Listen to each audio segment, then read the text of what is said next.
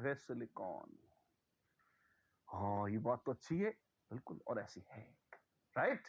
There we are. चलिए, the first member of the group has a greater ability to form pi bonds as compared to others. क्यों? बढ़िया pi bonds तो बेटा तभी बनते हैं जब कम से कम एक एटम, बॉन्ड बनने में दो एटम लगते हैं, दोनों में से कम एक सेकेंड पीरियड का होगा तो पाई बॉन्ड तभी अच्छा बनता है। और अगर दोनों हो फिर तो क्या कहना, माशाल्लाह। अच्छा, तो खुद आपस में पाई बॉन्ड बनाते हैं, दूसरे छोटुओं के साथ बनाते हैं, जैसे C double bond C, C triple bond C, N triple bond N. अच्छा, तो ये सब बना सकते हैं तो उनको बड़ा अच्छा लगता है, ठीक है। या आजू बाजू CO, C N, double bond triple bond, N double bond O, NO plus, ये सब भी आयन शाइन में बन जाते हैं ऐसे। इसीलिए ये थोड़े टिपिकल हैं। क्यों? नीचे वाले जैसे फास्फोरस है, क्लोरीन है, वो सीएल डबल बॉन्ड सीएल नहीं बनता, एस डबल बॉन्ड एस बहुत मुश्किल से बनते हैं, पी ट्रिपल बॉन्ड पी बहुत मुश्किल से भी नहीं बनता, तो बनता ही नहीं इनफैक्ट, लेकिन एन ट्रिपल बॉन्ड बनता है। क्यों? छोटे एटम पाई बॉन्ड बनाते हैं, बड़े वाले नहीं बनाते। छोटे वाले ऑक्टेट एक्सपैंड नहीं कर सकते, सेकेंड पीरियड एलिमेंट्स अपना ऑक्टेट एक्सपैंड नहीं कर सकते, बाकी कर सकते हैं, इसके चलते अलग है, राइट? दो, मैं तीन बोल गया था पर उचित नहीं है, दो खानदान ऐसे हैं जिनकी चर्चा आप पहले कर चुके हैं। कब? 11th में। और अब बारी है किसकी? अक्कड़ बक्कड़ बम्बे बो 15, 16, 17, 18 की। अच्छा, बात शुरू होगी बहुत इंपॉर्टेंट जिगर के सबसे बड़े टुकड़े ग्रुप 15 से। जी हाँ, ग्रुप 15। आपके पास ग्रुप 15 प्रकट हो रहा है, देखिए उसे। ग्रुप 15 में है नाइट्रोजन, फास्फोरस, आर्सेनिक, एंटीमनी और बिस्मथ। नीचे भी कुछ है, हाँ, मॉस्कोवियम तो टाइम पास है, आपको याद रखना है तो रख ले, अदरवाइज हमारी जिंदगी ऊपर वाले बिस्मथ तक से कट जाएगी। बहुत बढ़िया, बेहतरीन, बगैर किसी पंगे के, ठीक है। अब इसमें आप देखिए, नाइट्रोजन और फास्फोरस शुद्ध नॉन मेटल हैं, आर्सेनिक और एंटीमनी मेटलॉइड्स हैं, और बिस्मथ एक मस्ताना मेटल है। अच्छा, प्रॉपर्टीज कैसी हैं इनकी, आओ देखते हैं। वेल, चार प्रॉपर्टीज देखेंगे पीरियोडिक टेबल के हिसाब से। Electronic configuration, covalent ionic radius देखेंगे, आयनाइजेशन एनर्जी और इलेक्ट्रोनेगेटिविटी भी देख ही लेते हैं। ट्रेंड, अरे पर हम तो ये पढ़ चुके हैं, रिवाइज कर लेते हैं, काम आएगा, बड़ा इंपॉर्टेंट है। देखिए, नाइट्रोजन फैमिली की इलेक्ट्रॉनिक कॉन्फ़िगरेशन क्या है? 15th खानदान है, आप लिखिए फटाफट। Yes, it is NS2NP3। S sub shell तो फिल्ड है ही, P sub shell half filled है। अरे हाफ फील्ड की तो एक्स्ट्रा स्टेबिलिटी हुआ करती थी, हाँ तो हो जाए, क्या फर्क पड़ता है। Nitrogen, phosphorus, arsenic, antimony, bismuth, NS2NP3। देखिए ध्यान से, NS2NP3 सबका है। आर्सेनिक में पहली बार डी सब शेल्स इंट्रोड्यूस होता है, और बिस्मथ तक आते आते एफ सब शेल्स भी एंट्री ले लेता है। अच्छी बात है, ठीक है। Down the group atomic radius का क्या ट्रेंड है? Come on, give me a break. Atomic radius का क्या होगा? डाउन द ग्रुप लगातार उत्तर उत्तर साइज बढ़ता जाएगा, एक्स्ट्रा शेल्स होते जाते हैं ऐड, और साथ साथ एटॉमिक और आयनिक रेडियस लगातार बढ़ती चली जाती है, राइट? तो आपके पास क्या होगा? नाइट्रोजन से बड़ा फास्फोरस से बड़ा आर्सेनिक से बड़ा एंटीमनी से बड़ा बिस्मथ, या नाइट्राइड से बड़ा फॉस्फाइड से बड़ा आर्सेनाइड से बड़ा एंटीमोनाइड, और उनसे भी बड़ा है बिस्मथाइड, अगर आप बना सकें तो, right? There we are. Down the group covalent radius में आप देखेंगे नाइट्रोजन से फास्फोरस, जैसा कि हर जगह होता है, सबसे तगड़ा इंक्रीज होता है, और आर्सेनिक, एंटीमनी, बिस्मथ, इनमें अगर आप देखेंगे तो बहुत ज्यादा बढ़ोतरी नहीं होती। ऐसा क्यों? डी ब्लॉक एलिमेंट्स, वो D10, F14, जो डी और एफ सब शेल्स की एंट्री हो जाती है। आप देखिए, बहुत ध्यान से देखिए, नाइट्रोजन से फास्फोरस एक शेल ऐड हो रहा है, लेकिन न्यूक्लियस में खाली 8 प्रोटॉन बढ़ रहे हैं। नाइट्रोजन का एटॉमिक नंबर है 7, और फास्फोरस का है 15, 8 प्रोटॉन्स बढ़े और एक शेल ऐड हो गया। फास्फोरस से आर्सेनिक यहां पर एटॉमिक नंबर है 33, यहां 18 प्रोटॉन्स बढ़े हैं। तो एक ही शेल ऐड हुआ लेकिन 8 के बजाय 18 प्रोटॉन ऐड हो गए न्यूक्लियस में। तो 18 प्रोटॉन तो बहुत ज्यादा खींचेंगे अपनी ओर इलेक्ट्रॉन्स को। हाँ जी, तो 18 प्रोटॉन ऐड हुए हैं तो मेरे भाई 18 इलेक्ट्रॉन भी तो आए हैं, आप सोच सकते हैं। लेकिन यहां पे एक लोचा है, 18 में से 10 इलेक्ट्रॉन गए हैं डी सब शेल में, और डी सब शेल वाले कभी भी उतना अच्छी स्क्रीनिंग नहीं करते न्यूक्लियर चार्ज की। वो न्यूक्लियस के अट्रैक्शन को रोक नहीं पाएंगे और इलेक्ट्रॉन्स खींचकर करीब आ जाएंगे न्यूक्लियस के। अरे पर फिर भी एक शेल भी तो ऐड हो गया है, हाँ तो साइज बढ़ गया है। उतना नहीं बढ़ पाया, क्यों? क्योंकि 8 की बजाय न्यूक्लियस में 18 प्रोटॉन ऐड हो गए। अच्छा, इनको देखिए, फिर से 18 ऐड हुए और यहां तो हद गुजार दिया आपने, यहां तो 32 ही निकाल दी, 32 प्रोटॉन्स ऐड कर लिए। एक ही शेल ऐड हुआ एंटीमनी से बिस्मथ, और 18 नहीं, तुमने 32 इलेक्ट्रॉन एंटर कर दिए। 10 डी सब शेल में और 14 इलेक्ट्रॉन्स एफ सब शेल में चले गए हैं। तो 10 + 14, 24 इलेक्ट्रॉन्स ऐसी घटिया ऑर्बिटल्स में गए हैं जो कि न्यूक्लियस के बढ़े हुए चार्ज को रोक नहीं पाती उतने इफेक्टिवली, उतनी बढ़िया स्क्रीनिंग नहीं कर पाती। तो बाहर वाले इलेक्ट्रॉन न्यूक्लियस की ओर ज्यादा आकर्षित होते हैं, खींच के करीब आ जाते हैं, उतना बड़ा नहीं हो पाता, उतना फैल नहीं पाता, साइज उतना बड़ा नहीं पाता। इसलिए ये लिखा है कि फास्फोरस सिर्फ नाइट्रोजन से फास्फोरस में तो ज्यादा है, पूरे फास्फोरस से ही बिस्मथ तक देखेंगे बहुत बढ़ोतरी नहीं होती है। क्यों? इसलिए तो मैंने आपको बड़ा सुंदर रीजन बताया था। इसलिए डी और एफ सब शेल्स जो हैवियर नंबर्स में आते हैं वो न्यूक्लियर चार्ज से, यहां तो कम लिखा है पर मैंने पूरा बता दिया था आपको, न्यूक्लियर चार्ज को उतना रोक नहीं पाते, इसलिए। आयनाइजेशन एनर्जी का क्या ट्रेंड है? वेल, इसमें भी देखिए, जैसे जैसे नीचे जाएंगे एटॉमिक रेडियस बढ़ जाएगी, न्यूक्लियस से दूर चले जाएंगे इलेक्ट्रॉन। हाँ, तो जब न्यूक्लियस से दूर चले जाएंगे यार तो अट्रैक्ट ही नहीं करेगा, न्यूक्लियस नहीं करेगा, और जब नहीं करेगा लो कर लो बात, तो क्या होगा? लगातार लगातार लगातार आयनाइजेशन एनर्जी कम होती चली जाएगी। क्या होगा? लगातार आयनाइजेशन एनर्जी कम होती चली जाएगी। Right right.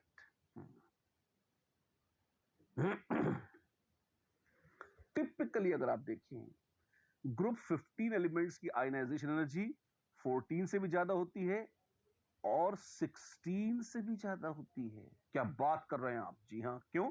एक्स्ट्रा स्टेबिलिटी है। अक्रॉस द पीरियड अगर आप चल रहे हैं तो वैसे भी आयनाइजेशन एनर्जी तो बढ़ती है। तो कार्बन से ज्यादा है नाइट्रोजन, और नाइट्रोजन से कुछ कम हो जाती है ऑक्सीजन। क्यों? ये NH2NP2 से NH2NP3 ये बढ़ गई, और NH2NP4 ये हल्की सी कम हो गई। अगर नाइट्रोजन फैमिली में से इलेक्ट्रॉन नोच के निकालेंगे तो आप एक्स्ट्रा स्टेबिलिटी को तोड़ रहे हैं, ये पाप कर रहे हैं, इसलिए जितनी एक्सपेक्टेड थी उससे थोड़ी ज्यादा लग जाती है एनर्जी। और अगर ऑक्सीजन फैमिली में से एक इलेक्ट्रॉन निकाल रहे हैं जो पहले से ही NH2NP4 है, जब वो इलेक्ट्रॉन दे देगा, जब लॉस ऑफ इलेक्ट्रॉन हो जाएगा तो वो NH2NP3 बन जाएगा। ये हाफ वेल्ड नहीं था, ये है इलेक्ट्रॉन छोड़ने के बाद एक्स्ट्रा स्टेबिलिटी आ गई। ध्यान दें, इलेक्ट्रॉन छोड़ने के बाद यदि एक्स्ट्रा स्टेबिलिटी आ गई, दिल खुश हुआ, शाबाशी दी, और आप देखेंगे मजे से निकल गया इलेक्ट्रॉन। मजे से निकल गया मतलब कम खर्चे में निकल गया इलेक्ट्रॉन, आयनाइजेशन एनर्जी थोड़ी सी कम हो गई। तो टिपिकल ऑर्डर होता है ग्रुप 14 से ज्यादा ग्रुप 15 है, और जो ग्रुप 16 है वो भी टपक कर पीछे आ जाता है, लेकिन 14 से ज्यादा ही रहता है 16, और उनके पप्पा जी हो जाते हैं 15। अच्छा ऐसा है? जी हाँ ऐसा है। और 17 इससे ज्यादा जाता है, और सबसे बहुत ही ज्यादा तो नोबल गैस हो तो पगला जाती है घमंड के मारे कि हाँ हमको कौन हम तो स्टेबल है, एक्स्ट्रा स्टेबिलिटी हमारे अंदर है, तो बहुत ज्यादा इन सबसे ग्रुप 18। सबसे मस्त आयनाइजेशन एनर्जी ग्रुप 18 की, उससे कम 17 की, उसके बाद 16 नहीं 15, फिर 16 और सबसे कम 14। ऐसी है प्रभु की माया, ऐसा है ईश्वर ने हमको बताया। 13 सबसे कम है। ये आयनाइजेशन एनर्जी का क्लासिकल ऑर्डर है पूरे खानदान में, राइट? ठीक है। इलेक्ट्रोनेगेटिविटी का ट्रेंड क्या होता है डाउन द ग्रुप? चलिए चल रहे हैं, तो क्या होता है, जैसे जैसे एटॉमिक साइज बढ़ता जाता है, बढ़ने दो, जैसे जैसे एटॉमिक साइज बढ़ता जाता है वैसे वैसे आप पाएंगे इलेक्ट्रोनेगेटिविटी कम होती जाती है। मोस्ट इलेक्ट्रोनेगेटिव नाइट्रोजन, उससे कम फास्फोरस, उससे कम आर्सेनिक, आर्सेनिक के आसपास पर थोड़ी से कम और है एंटीमनी, और उससे भी कम है बिस्मथ। तो आर्सेनिक, एंटीमनी, बिस्मथ में कोई बहुत अंतर नहीं आता, हल्का हल्का फर्क आ जाता है, ठीक है। नाइट्रोजन तो थर्ड मोस्ट इलेक्ट्रोनेगेटिव एलिमेंट मानी जाती है, ग्लैमर है नाइट्रोजन में। देखिए एक क्वेश्चन है आपके लिए, which of the following is the correct order of specified property? जो प्रॉपर्टी स्पेसिफाई करी है उसमें सही ऑर्डर कौन सा है? देखिए, nitrogen, phosphorus, arsenic, antimony, bismuth, first ionisation energy क्या होगा? ये तो गलत है, ये होगा ऑर्डर तो सही। इलेक्ट्रोनेगेटिविटी डाउन द ग्रुप कम होती है, हाँ सही है। रेडियस कम होती है, ना रेडियस तो बढ़ जाती है, ऑल ना ना, एक ही आंसर सही है, बॉम्बे बी, बस ठीक है। फिजिकल प्रॉपर्टीज क्या है? बड़ा प्यारा सा कैप्शन है, आप देखिए। आइए देखते हैं पूरे खानदान की फिजिकल प्रॉपर्टीज। सबसे पहले बात आती है एटॉमिसिटी की। व्हाट? जी हाँ, एटॉमिसिटी क्या है? All the elements of group 15 कैसे हैं? They are polyatomic.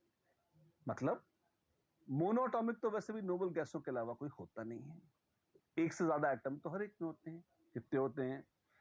Well, nitrogen N2 है, जी हाँ। फास्फोरस P4 भी हो सकता है और पॉलीमरिक भी हो सकता है। जो जब कहते हैं सॉलिड है, तो सॉलिड में तो इनफाइनाइट एटम्स पड़े हैं साथ साथ, कोई अलग से मॉलिक्यूल हो ये आवश्यक नहीं है। अच्छी बात है। मेटलिक कैरेक्टर के बारे में कुछ कमेंट कर सकते हैं क्या? हाँ, क्या बोला था हमने? नाइट्रोजन और फास्फोरस नॉन मेटल्स हैं, आर्सेनिक और एंटीमनी मेटलॉइड्स हैं, और बिस्मथ मेटल है। तो down the group metallic character बढ़ रहा है और नॉन मेटालिक कैरेक्टर कम हो रहा है। जैसे जैसे ग्रुप में नीचे जाएंगे मेटलिक कैरेक्टर बढ़ता चला जाएगा। हाँ जी, ऐसा ही होगा, ठीक है।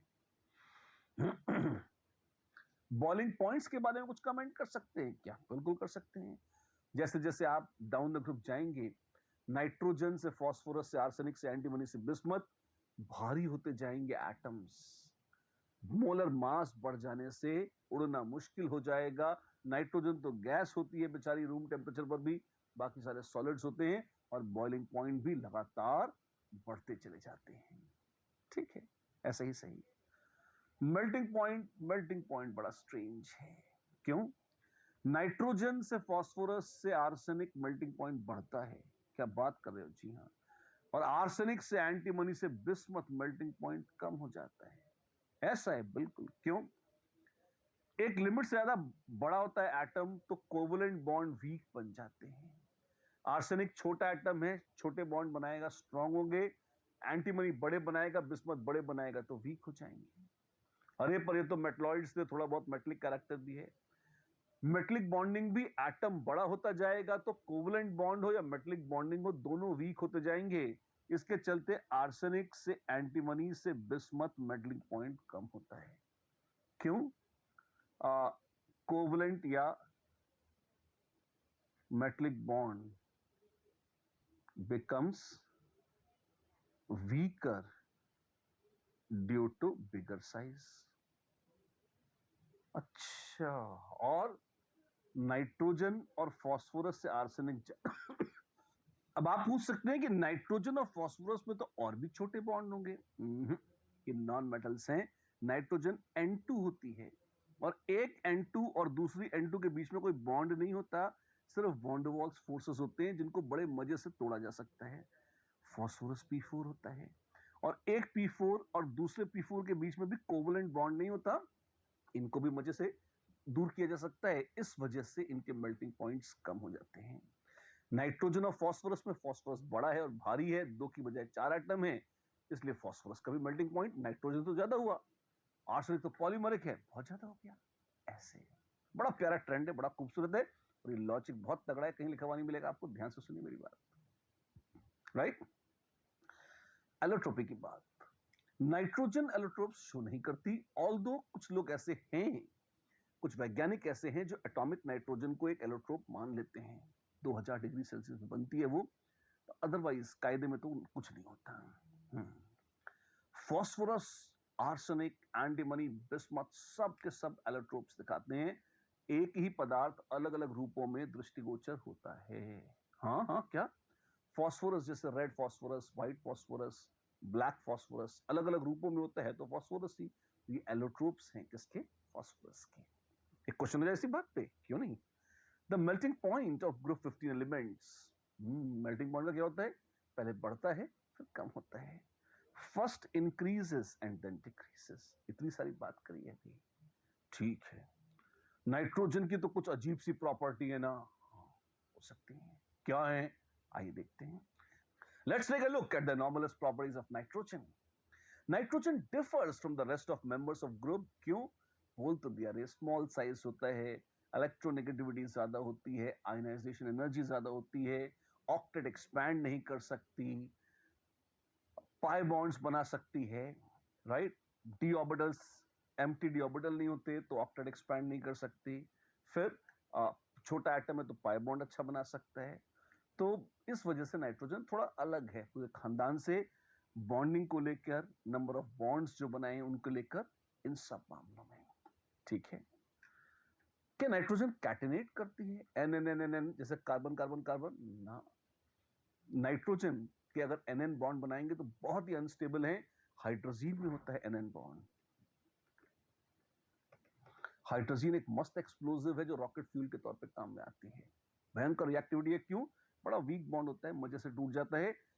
एक बहुत बहुत मजे की बात बता रहा हूं आपको, आप देखेंगे PP bond down the group चले हैं, लंबा हो गया है बॉन्ड, आमतौर पर अगर बॉन्ड की लेंथ बढ़ती है तो बॉन्ड की स्ट्रेंथ कम हो जानी चाहिए, और होती भी है, लेकिन नाइट्रोजन और फास्फोरस के केस में बहुत ही फनी है, एनएन और पीपी बॉन्ड में आप देखेंगे तो PP bond is longer yet stronger, this is shorter, shorter still weaker, छोटा है फिर भी वीक है, वो लंबा है फिर भी ठीक है, अजीब है, आमतौर पर ऐसा बहुत रेयर होता नहीं है, जैसे सीसी बॉन्ड छोटा है और तगड़ा है, अगर सिलिकॉन सिलिकॉन बॉन्ड देखेंगे तो लंबा है और घटिया हो जाता है, लेकिन नाइट्रोजन जो लोन पेयर है ना, जिनमें खानदानी दुश्मनी निकालने का बड़ा वो है उत्साह, उनके चलते एनएन बॉन्ड वीक हो जाता है, और इसी के चलते पीपी बॉन्ड अच्छा रहता है, राइट, देयर वी आर, ठीक है। यही बात जो हम बोल रहे थे, लोन पेयर रिपल्शन, जिसको स्टाइल मारने के लिए नॉन बॉन्डिंग इलेक्ट्रॉन्स भी कहा है हमने। नाइट्रोजन की एक बड़ी खास बात है, वो डबल या ट्रिपल बॉन्ड्स बना सकती है खुद के साथ, जैसे एनएन या N triple bond N, NO plus या एनओ, ऐसे तो इस तरह की हरकतें करती है नाइट्रोजन, या cyanide C triple bond N. Phosphorus, arsenic, antimony, bismuth में इतना दम ही नहीं है कि वो डबल या ट्रिपल बॉन्ड ढंग के बना ले खुद के साथ, ऑक्सीजन के साथ सेकेंड पीरियड वालों के साथ बना सकते हैं, वो भी उतने अच्छे नहीं बनाते, क्यों, साइज छोटा है, पाई ओवरलैप अच्छी होती है, इसलिए वो ऐसा कर पाती है, ये यूनिक है, और इसीलिए नाइट्रोजन थोड़ी सी अलग है, काफी अलग है पूरे खानदान से, नाइट्रोजन इसी कारण से एन ट्रिपल बॉन्ड एन बनाने में समर्थ होती है, और डाई एटॉमिक मॉलिक्यूल के तौर पर एग्जिस्ट करती है। अगर इसी को आप कंपेयर करेंगे किससे, दूसरे एलिमेंट से, तो आप पाएंगे वो इतने प्यार से एग्जिस्ट नहीं कर सकते, P2 या AS2 या SB2 या Bi2 ढंग से एग्जिस्ट नहीं करते, राइट? ठीक है, there we are. And then we talk about covalency. Covalency, कितने कोवलेंट बॉन्ड बना सकता है नाइट्रोजन का एटम? वाओ, कितने बॉन्ड्स बना सकता है? वेल, ध्यान रखिए, नाइट्रोजन के पास एम्प्टी डी ऑर्बिटल्स नहीं है। इसका मतलब मैक्सिमम 8 इलेक्ट्रॉन ही रख सकता है। इसका मतलब मैक्सिमम 4 कोवलेंट बॉन्ड बना सकता है नाइट्रोजन का एटम, राइट? तो कोवलेंसी नाइट्रोजन की रिस्ट्रिक्टेड है 4 तक, ठीक है, फाइन। क्यों? क्योंकि आप देखिए, नाइट्रोजन मैक्सिमम 4 ही कोवलेंट बॉन्ड बना सकती है, और उसमें भी वो ऐसा कोई कोवलेंट बॉन्ड नहीं बना सकती जिसमें डी ऑर्बिटल नाइट्रोजन एटम का हो। इट इज नॉट पॉसिबल, क्योंकि नाइट्रोजन में तो एम्प्टी डी ऑर्बिटल्स होते ही नहीं है। एक S3P, sp, sp2, sp3 इस तरह का हाइब्रिडाइजेशन तो करा सकती है, और कुछ नहीं कर सकती।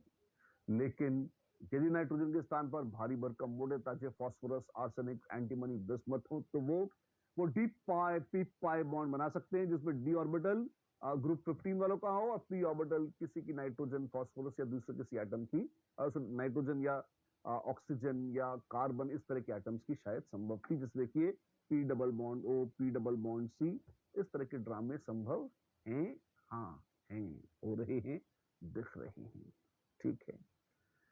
फास्फोरस और आर्सेनिक इस तरह के पाई बॉन्ड्स बड़े प्यार से बना लेते हैं ट्रांजिशन मेटल्स के साथ, जी हाँ। अच्छा, जैसे जैसे ट्राई इथाइल फॉस्फीन को देखिए, ट्राई फिनाइल आर्सीन को देखिए, ये बड़े मजे से ऐसे कंपाउंड्स बनाते हैं जिन्हें हम कोऑर्डिनेशन कंपाउंड्स कहते हैं। अच्छा, क्या होता है इनमें? इनमें आप ये देखें कि जो फास्फोरस या आर्सेनिक है, जैसे पी है, इसने अपना लोन पे डोनेट किया, मान लीजिए किसको? मान लीजिए इसने डोनेट किया कॉपर आयंस को, बहुत खतरनाक। और आपके पास है ईटी ईटी ईटी, बड़ा मजा आ रहा है, ठीक है। जैसे ही लोन पे डोनेट किया, इस पे प्लस चार्ज आ गया। प्लस चार्ज आता ही ऑर्बिटल्स कॉन्ट्रैक्ट कर गई। फास्फोरस ने 1 2 3 4 बॉन्ड्स तो बना लिए, मना नहीं है, लेकिन फास्फोरस के पास एक चीज अभी बाकी है जो अभी खर्च नहीं हुई है, और कौन है वो है एम्प्टी डी ऑर्बिटल। इसके पास एम्प्टी डी ऑर्बिटल्स हैं, हाँ जी। तो क्या वो पाई बॉन्ड्स बना सकते हैं? बिल्कुल, वो भी पाई बॉन्ड्स बना सकते हैं। वो डी पाई पी पाई, क्या डी पाई बॉन्ड्स भी बना सकते हैं। क्यू प्लस के डी ऑर्बिटल्स बकायदा ओवरलैप कर सकते हैं फास्फोरस के डी ऑर्बिटल्स पर, और वो इस तरह से बैक बॉन्डिंग कर सकते हैं, ये संभव है।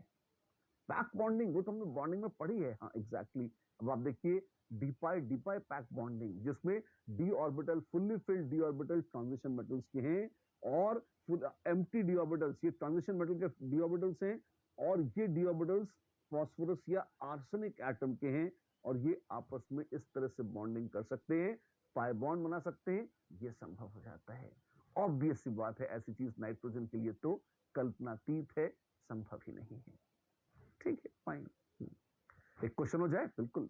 नाइट्रोजन फॉर्म्स N2, बड़ा फेवरेट क्वेश्चन है, but phosphorus does not form P2 but it forms P4। आखिर क्यों क्यों क्यों क्यों क्यों, बताइए। वेल, 4 ऑप्शंस है। A, triple bond present between phosphorus atom, phosphorus में ट्रिपल बॉन्ड होता है। B, P pi bonding weak होती है। C, P pi bonding strong होती है। और D, multiple bonds form easily, right? तो अब ये किसके लिए है, ये बहुत साफ साफ नहीं बोला गया है।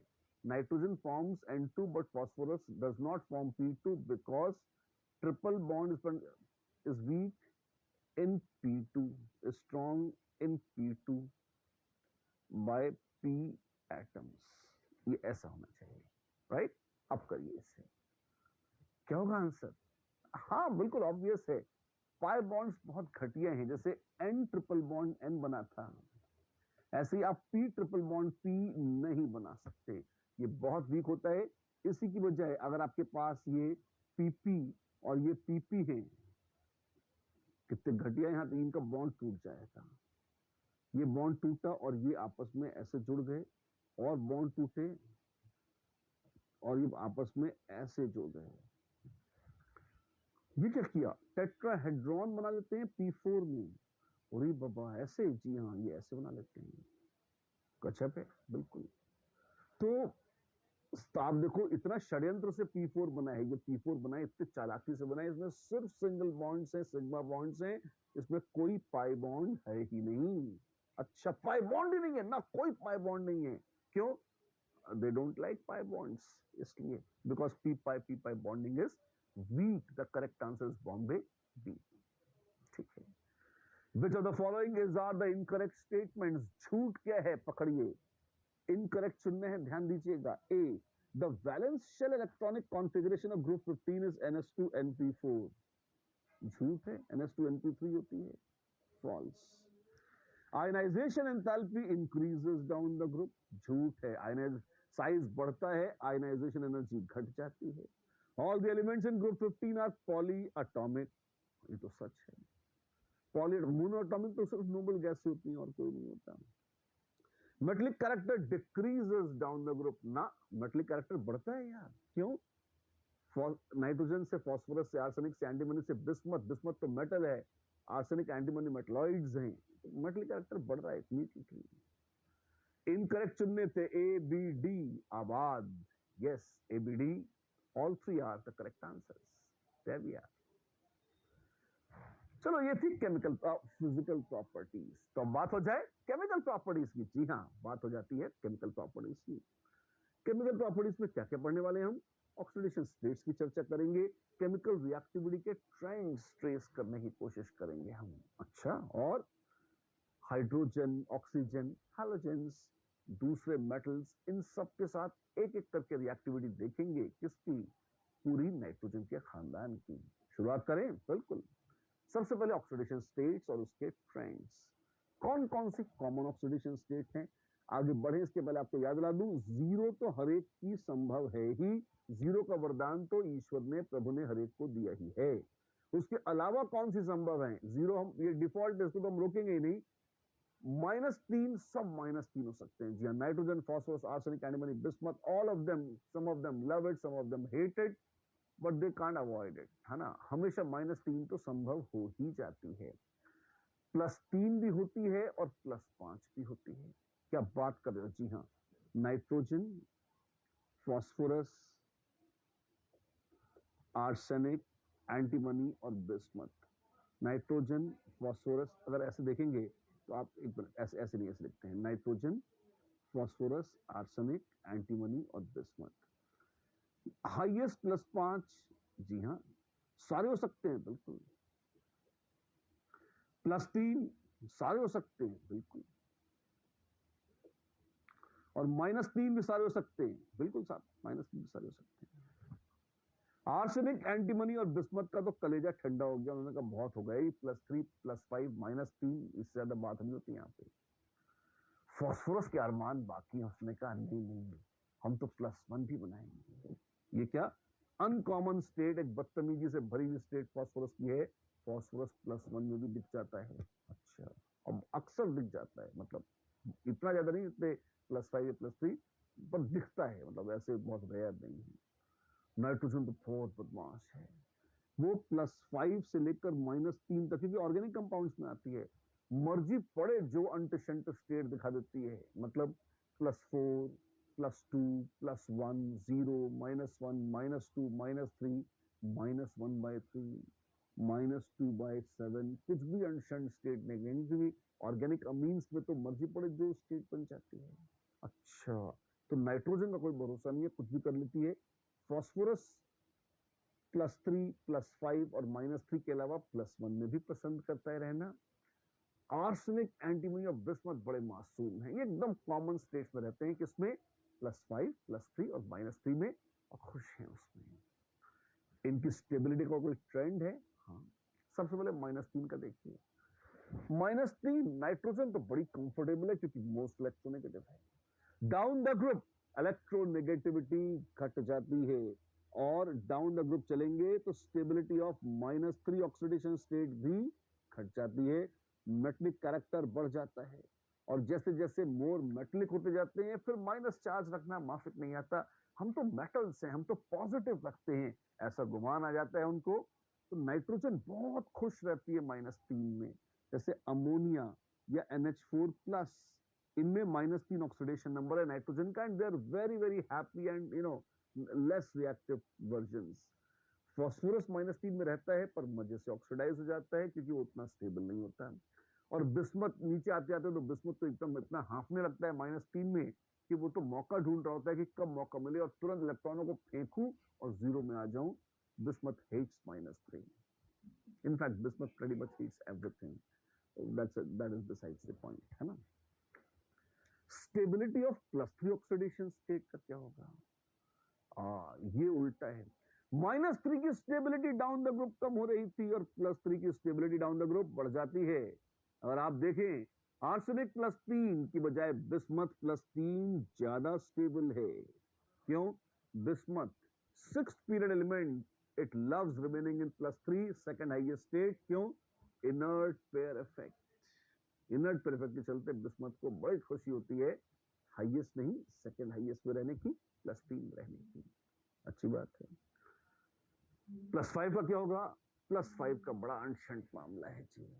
मोस्ट अनस्टेबल +5 जो है वो तो बिस्मथ है। Bismuth +5 is least stable.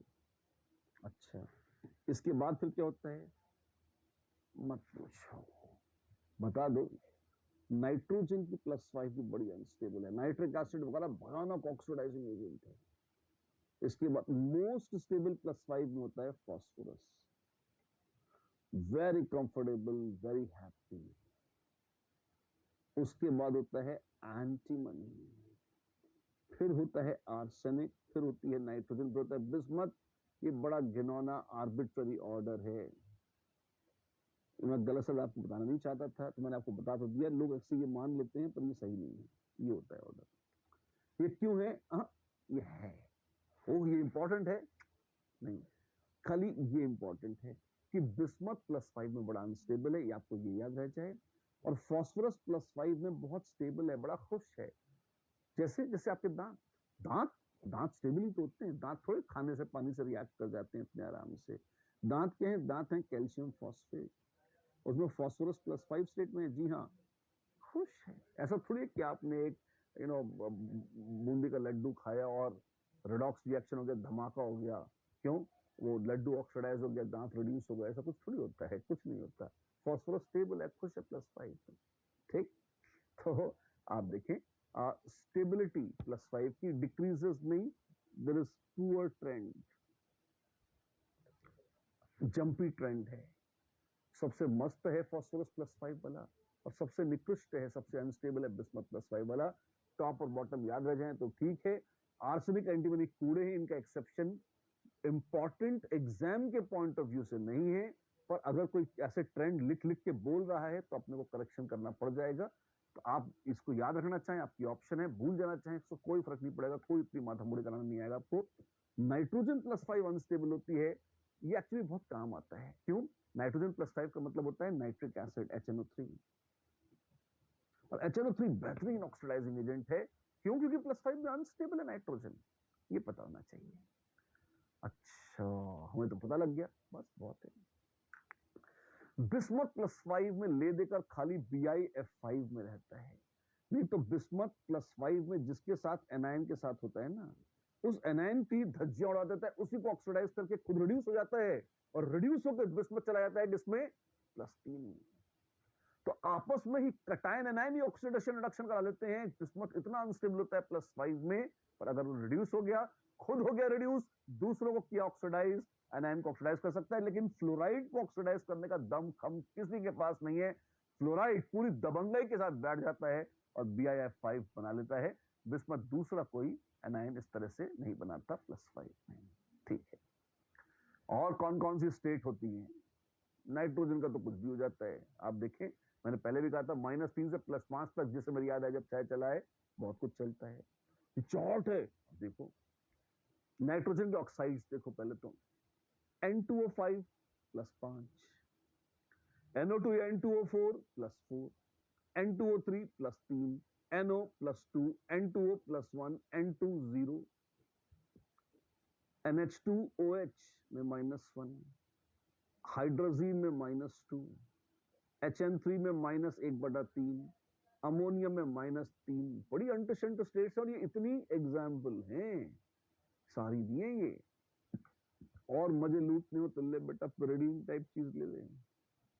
हाँ हाँ, आप देखेंगे ऑर्गेनिक कंपाउंड्स में जहां जहां नाइट्रोजन आएगी तो अलग अलग सब तरह से आपके मन को भाएगी, अलग अलग ऑक्सीडेशन नंबर दिखा सकती है।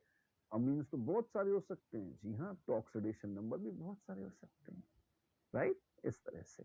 ठीक है, नाइट्रोजन +5 में जाती तो है, पर ध्यान रखना नाइट्रोजन +5 में ऑक्सीजन के साथ चली जाती है, हैलोजेंस के साथ नहीं जाती। क्यों? देखो, अगर HNO3 बन गया है या अगर N2O5 बन गया है तो नाइट्रोजन +5 में चली गई है। हाँ जी, और नाइट्रोजन ने ये सब कर करा के भी क्या किया है, कहीं अपना ऑक्टेट एक्सपैंड नहीं किया है। आप देखिए N2O5 ऐसी होती है।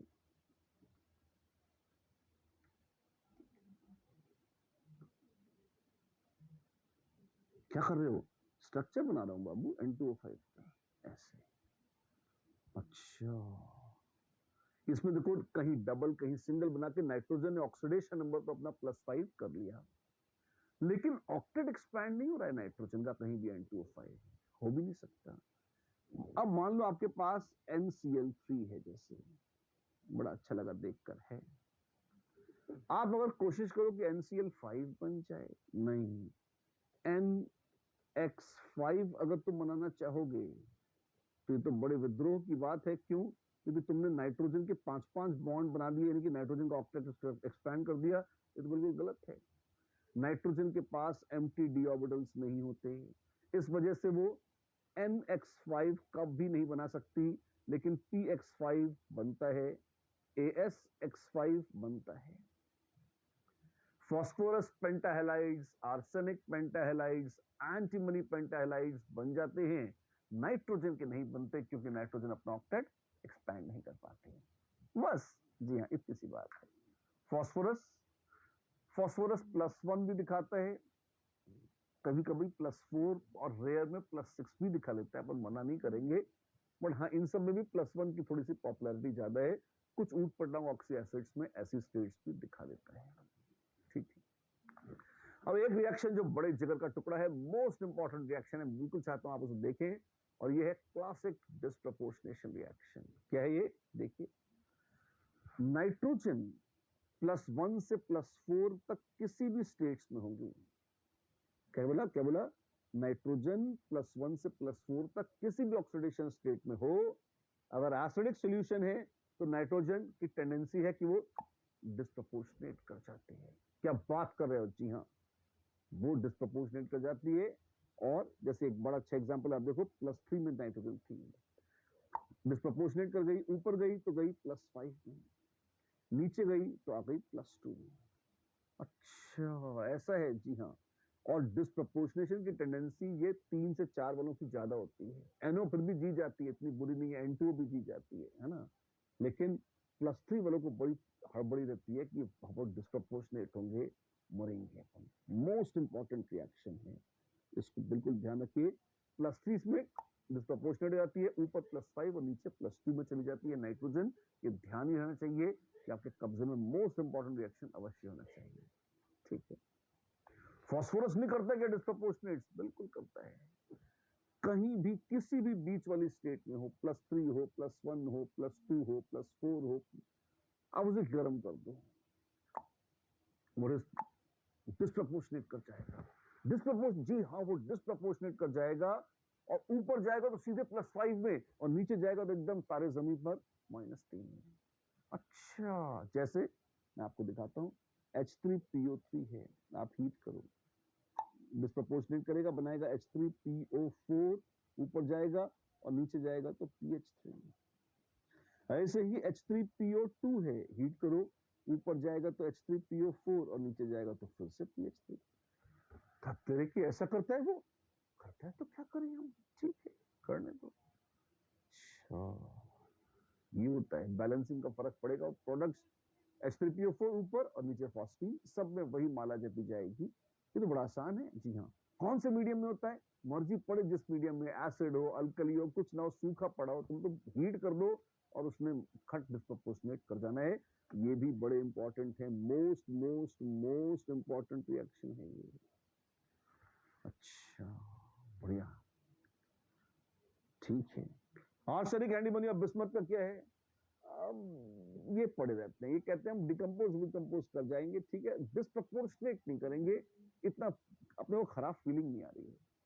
आर्सेनिक +3 पड़ा रहता है, एंटीमनी +3, और बिस्मथ तो +3 में पड़े रहने के लिए ही बना है, वो तो उसको कोई शर्म नहीं आती, वो तो वैसे ही खुश रहता है। ठीक है, एक क्वेश्चन करें, बताओ। Which ordering of compounds is according to the decreasing order of oxidation state of nitrogen? Nitrogen के ऑक्सीडेशन स्टेट का डिक्रीजिंग ऑर्डर कहां है? बहुत ही लल्लू क्वेश्चन है, आइए देखते हैं। यही का क्वेश्चन है तो फटाफट करिए। +5 +2 -3 और 0। वाह, ये डिक्रीजिंग ऑर्डर है। नहीं, +5 +5 ये देख लें, +2 0 -3, ये सही है। बॉम्बे, या Bombay B is the correct answer. एक चीज मैं याद दिला दूं, जब ऑक्सीडेशन नंबर निकालते हैं तो कटायन और एनायन को अलग कर दीजिए। NH4+ में नाइट्रोजन है X, और हाइड्रोजन जो है 4 है +1 वाली, टोटल चार्ज है +1, तो X -3 यहां से ऐसे कैलकुलेट किया है। Done done. अगला question, what is the molar mass of gas obtained during disproportionation of HNO2? HNO2 के डिस्प्रोपोर्शनेशन में जो गैस निकलती है उसका वजन कितना है, जरा बताओ तो। हैं? हाँ, HNO2 डिस्प्रोपोर्शनेट करेगा, बनाएगा HNO3, और नीचे जाएगा तो बनाएगा NO। ठीक है,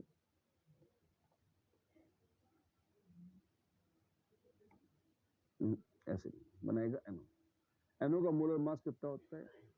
14 और 16 30, तो molar mass of NO is 30 ये उत्तर है। तो भाई लोग, पहला टुकड़ा या पहली कड़ी पार, जिसमें हम एक जनरल ऑक्सीडेशन स्टेट्स और उसकी स्टेबिलिटी के हिसाब से बात कर रहे हैं। बहुत ही इंपॉर्टेंट सेक्शन था, 2 रिएक्शन हमने बड़े देखे और दोनों बड़े क्रूशियल हैं। HNO2 का डिस्प्रोपोर्शनेशन और फास्फोरस के कंपाउंड्स का डिस्प्रोपोर्शनेशन। ठीक है, रिएक्शन में लिखा है तो लिख लीजिएगा, बहुत काम आएंगे।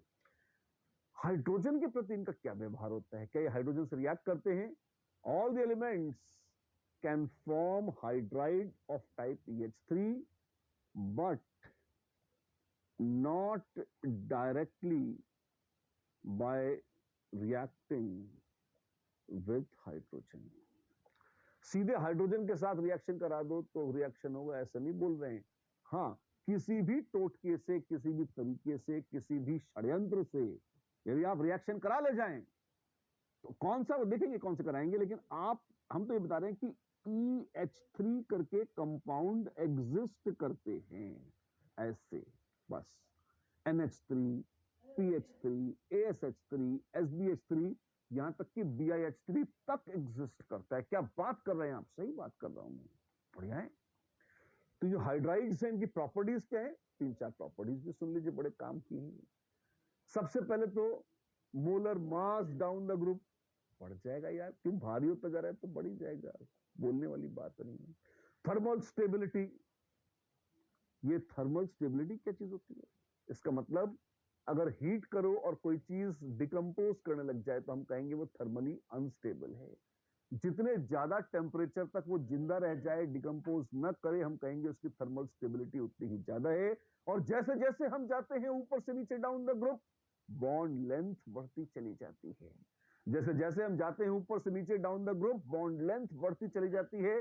बॉन्ड लेंथ बढ़ती है, बॉन्ड स्ट्रेंथ घटती चली जाती है, और बॉन्ड स्ट्रेंथ घटती है तो मजे से टूट जाता है बॉन्ड, और थर्मल स्टेबिलिटी कम होती है, थर्मल स्टेबिलिटी घटती चली जाती है डाउन द ग्रुप, क्योंकि बॉन्ड डिसोसिएशन एंथैल्पी कम हो जाती है। प्रेडिक्टेड नहीं, ये वेरीफाइड है। और आप कह सकते हैं प्रेडिक्टेड कहां से है? As bond length increases, bond strength decreases, therefore thermal stability decreases। अच्छा, ऐसा है? जी हाँ, ऐसा है, अच्छी बात है। बॉन्ड स्ट्रेंथ एक्सपेरिमेंटल डेटा देख लीजिए, मजा आ जाएगा आपको। 389 तो बहुत ज्यादा है, हाँ एकदम से काफी कम 322, उससे भी काफी कम 297 से कम 255। और बिस्मथी तो इतनी सड़ी लोग नाप ही ना सके ढंग से कंक्लूसिवली। बॉन्ड स्ट्रेंथ लगातार कम हो रही है, जैसा कि हमने प्रेडिक्ट भी किया था। क्यों? बॉन्ड लेंथ बढ़ रही है तो बॉन्ड स्ट्रेंथ कम हो रही है, ऐसा ही है। अच्छी बात है। अच्छा एक बात बताओ, जब बॉन्ड स्ट्रेंथ कम हो रही है तो टूटेगा। हाँ जी, जब टूटेगा जैसे BiH3 है, अगर टूटेगा तो क्या होगा, Bi+3H ऐसे, ये सीधे हाइड्रोजन खिला देगा। यस, ये हाइड्रोजन रिलीज कर देगा, दूसरों को हाइड्रोजन खिला देगा। और अटैचमेंट विद हाइड्रोजन कहलाता है रिडक्शन। जी हाँ, तो दूसरों को जो हाइड्रोजन खिला दे, जो दूसरों को रिड्यूस कर दे, वो कहलाएगा रिड्यूसिंग एजेंट। जी हाँ, तो रिड्यूसिंग पावर कैसी होगी? जो मजे से हाइड्रोजन खिला दे उसकी बढ़िया रिड्यूसिंग पावर। और मजे से कौन खिलाएगा हाइड्रोजन? जो खुद मजे से हाइड्रोजन छोड़ दे। और खुद मजे से हाइड्रोजन कौन छोड़ेगा? खुद मजे से हाइड्रोजन ये छोड़ेंगे। डाउन द ग्रुप जैसे जैसे आप जाएंगे, जैसे जैसे थर्मल स्टेबिलिटी घटती जा रही है, as thermal stability goes on decreasing, reducing character goes on increasing. As thermal stability goes on decreasing, reducing character goes on increasing. That's it. That's it. और इसी बात पे आते हैं तीसरी कैरेक्टरिस्टिक पर। तीसरी कैरेक्टरिस्टिक है basic strength. Down the group जा रहे हैं, एटम का साइज बढ़ता जा रहा है। और जैसे जैसे एटम का साइज बढ़ता जा रहा है, उसकी खोपड़ी पर जो लोन पेयर है, लोन पेयर बड़े वॉल्यूम पर फैल जाता है। लोन पेयर क्योंकि यहां पर देखिए वो sp3 हाइब्रिड ऑर्बिटल में है, फॉस्फीन में वो 3s ऑर्बिटल में है, 4s, 5s और 6s जो लोन पेयर है, उसकी ऑर्बिटल का साइज बढ़ता जा रहा है। जैसे जैसे ऑर्बिटल का साइज बड़ा होता जा रहा है, लोन पेयर बड़े वॉल्यूम पर फैल रहा है, उसकी स्टेबिलिटी बढ़ जाएगी, उसकी लोन पेयर डोनेट करने की टेंडेंसी कम हो जाएगी और उसकी बेसिक स्ट्रेंथ भी कम हो जाएगी। सच है, अमोनिया एक वेल नोन वीक बेस है। फॉस्फीन तो इतनी लल्लू बेस है कि it is neutral towards litmus, न रेड को ब्लू करती है लिटमस को, न ब्लू को रेड करती है, पड़ा रहता है। फॉस्फीन लिटमस पर एक्शन ही नहीं करती। आर्सिन और स्टिबीन भी इस हद तक गिर जाती है, इनका भी लिटमस पर कोई एक्शन नहीं होता। तो आप ये देखें, बेसिक स्ट्रेंथ घट जाती है on moving down the group. तो क्या क्या बढ़ रहा था? बढ़ी थी रिड्यूसिंग पावर। क्या क्या घट रहा था? थर्मल स्टेबिलिटी और बेसिक स्ट्रेंथ दोनों घट गए हैं on moving down the group. चौथा पॉइंट बड़ा इंपॉर्टेंट है, बहुत बहुत पहले प्राचीन युग में एक बार जेई में आया भी है, बॉइलिंग पॉइंट का ऑर्डर। और बॉइलिंग पॉइंट में आप देखिए, अमोनिया बिल्कुल अपनी जगह से कूद कर, नजरें चुरा कर एक अलग ही पद पर चली गई है। कितनी बदमाश है, देखिए क्या हो रहा है यहाँ पे। Ammonia NH3, PH3, ASH3, SBH3 और BiH3। हाइड्रोजन बॉन्डिंग के दम पर ये कूद कर ठीक बीचों बीच आ जाती है, दो ऊपर दो नीचे। डाउन द ग्रुप क्या हो रहा है? यहां पे ट्रेंड का रीजन क्या है? Molar mass increases, therefore boiling point increases. Phosphine, arsine, अगर इसको छोड़ दे, इनको और खाली इसको ले लें, तो आप कहेंगे जैसे जैसे वजन बढ़ रहा है, फॉस्फोरस से, आर्सेनिक से, एंटीमनी से बिस्मथ, मोलर मास बढ़ गया, बॉइलिंग पॉइंट बढ़ गया, बढ़ना भी चाहिए। अमोनिया में कुछ फर्क है। जी हाँ, बहुत फर्क है। क्या फर्क है?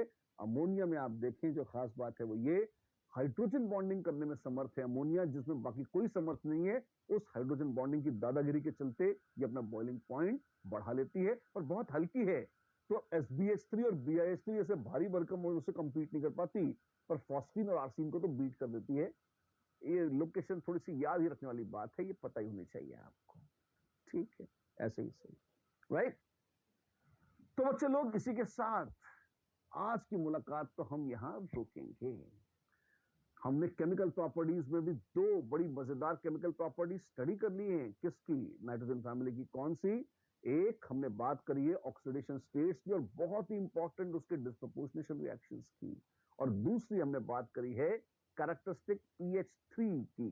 चार प्रॉपर्टीज देखी हैं, boiling point, basic strength, reducing power और thermal stability down the group. अगली मुलाकात में इसी कथा को आगे बढ़ाएंगे और अगले थर्ड पॉइंट से रिएक्टिविटी टुवर्ड्स ऑक्सीजन से इस चर्चा को हम बढ़ाएंगे आगे अगली बार। लेकिन रहना इस सारी थ्योरी के साथ बिल्कुल तैयार। मैक्सिमम एक पेज के नोट्स अगर आप अपने हाथ से लिखेंगे तो होंगे, और ये थ्योरी पूरी चकाचक आपको याद रखनी है। और मेन तो केमिकल रिएक्शन है वो तो जरूर याद रखने हैं। इनको रिवाइज करते रहिए। आज रात सोने के पहले रिवाइज करिएगा, कल उठने के तुरंत बाद फिर रिवाइज करिएगा। 3 4 5 7 बार रिवाइज करेंगे तो दिमाग में सेट हो जाएंगे, काम आएंगे। मिलते हैं अगली बार। नमस्कार।